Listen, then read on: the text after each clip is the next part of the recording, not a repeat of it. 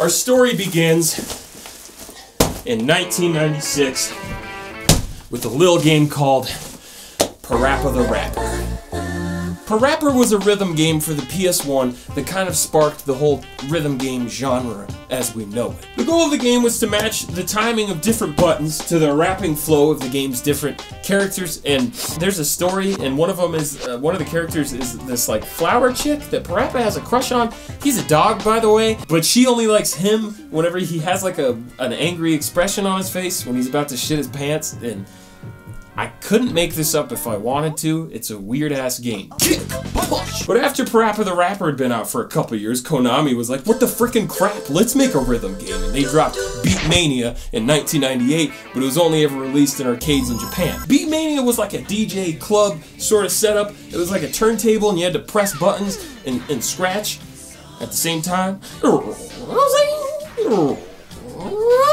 It was the first in their, how you say, Beatmania series of rhythm games that featured a whole different kinds of approaches to music games, featuring one called GuitarFreaks that was essentially Guitar Hero before Guitar Hero ripped it the fuck off. But the second game in the series was called Dance Dance Revolution. Fuck. Dance Dance Revolution, or as the common people call it, DDR, quickly became super popular in Japan because games like this weren't abnormal in the land of the rising sun. The rhythm game genre was already popping over there. But the Big K wasn't sure if American audiences would be as stoked on DDR as Japan was, because typically the US maybe wasn't as open to quirky games like a dating simulator or a game where you literally spank a fake pair of butt cheeks and put your fingers inside the asshole. I couldn't make this shit up even if I wanted to. But in 1999, they did a limited release of arcade cabinets in the United States, and surprise, surprise, that shit exploded. Everybody was going apeshit for DDR, so the arcades started ordering more cabinets from Konami,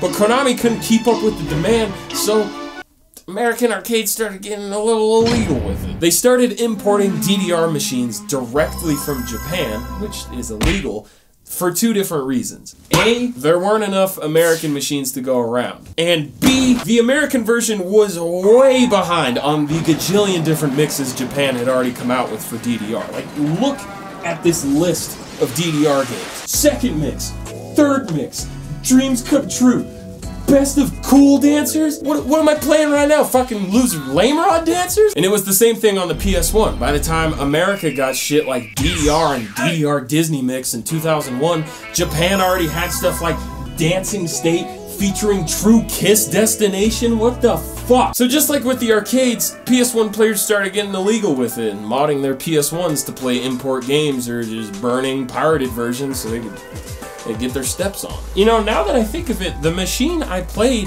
at the arcade growing up was DDR Extreme, and that never officially got a release in the United States. Turns out the Coat was up to some naughty shit. Yeah, my arcade was called the Coat. It stood for Chill Out, duh, Arcade, yeah, and oh, I could get a tan while I'm there? God damn it, they thought of everything. This is all to say DDR had officially exploded. People were obsessed with it. Everybody played it. People that didn't play video games played it. All 5 of my sisters played DDR. People that never danced a second in their life would walk in and push their glasses up on their nose like a goddamn anime character in AAA Butterfly on Heavy like it was nothing. I stole money from my parents' business so I could go down to the Coat and play DDR. That's the power this game had over me. It made me sin. If you owned one of the American DDR games on PS2 and you had some shitty foldable pads at home, congratulations, you are now captain of the football team with the biggest titties. The games continued to come out for a while with even an official Mario mix dropping on the GameCube. Even Nintendo was fucking with DDR. Dance Dance Revolution Supernova in 2006 was one of the last notable releases of the series, and it did actually get an official American arcade cabinet.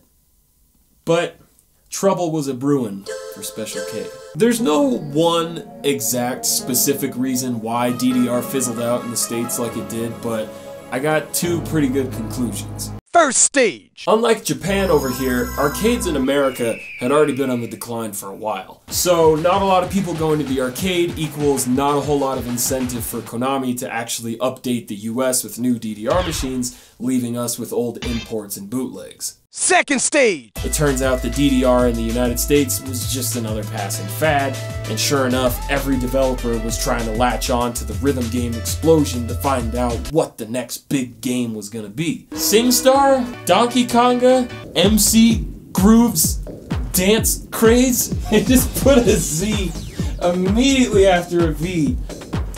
Cause fuck you, we're Mad Cats. Last time I checked, we made the Wiener controller. I think we can do whatever the fuck we want. It was Guitar Hero.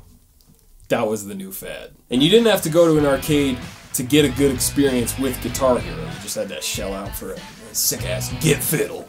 And then that peaked with Rock Band, and sure enough, that fizzled out. And then Just Dance and Dance Central had a decent run, and then, sure enough, they kind of fizzled out. And then, here we are.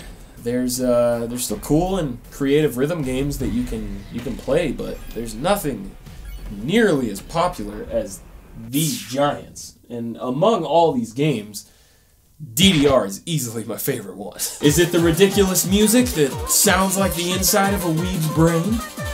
Perhaps. Is it the weird bar that you can dance on and jump over and sack your nutsack on? Perhaps. Is it the fact that it was super easy for anyone to understand and made people socialize and move their butt cheeks with one another? Yeah, it's probably that one. I love you, DDR. If I ever get super loaded, fuck in a foreign car, I'm gonna put you in my garage.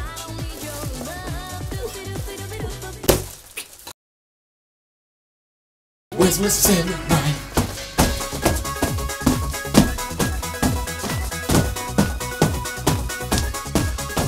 Samantha, curb stomp curvy. Hot boy, Balder Brand Fortner. Hot boy for me, no Bobby Portlock. And Gorath the dog-ass dog. Joel Quick.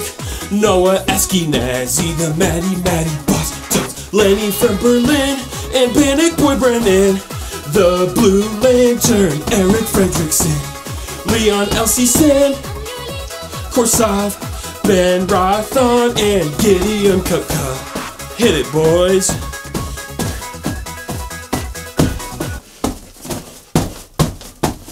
Verge Crispy, Alec D. Cock, Dabbage Patch, aka Braden Fiss, you Mrs. Griffiths, Joshua Wright. Biscuit Boys of Birmingham, Stephen Dymowski, Bradley Kissed by a Rose, Tyler Hillis, and John Gibby. The last one would be Ryan Bolu.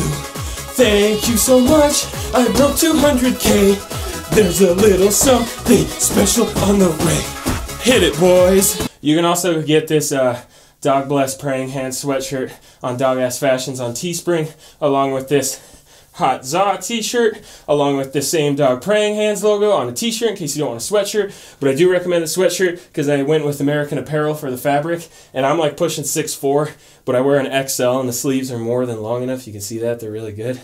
And then the old t-shirts are up there too, so... Oh, fuck, I'm tired.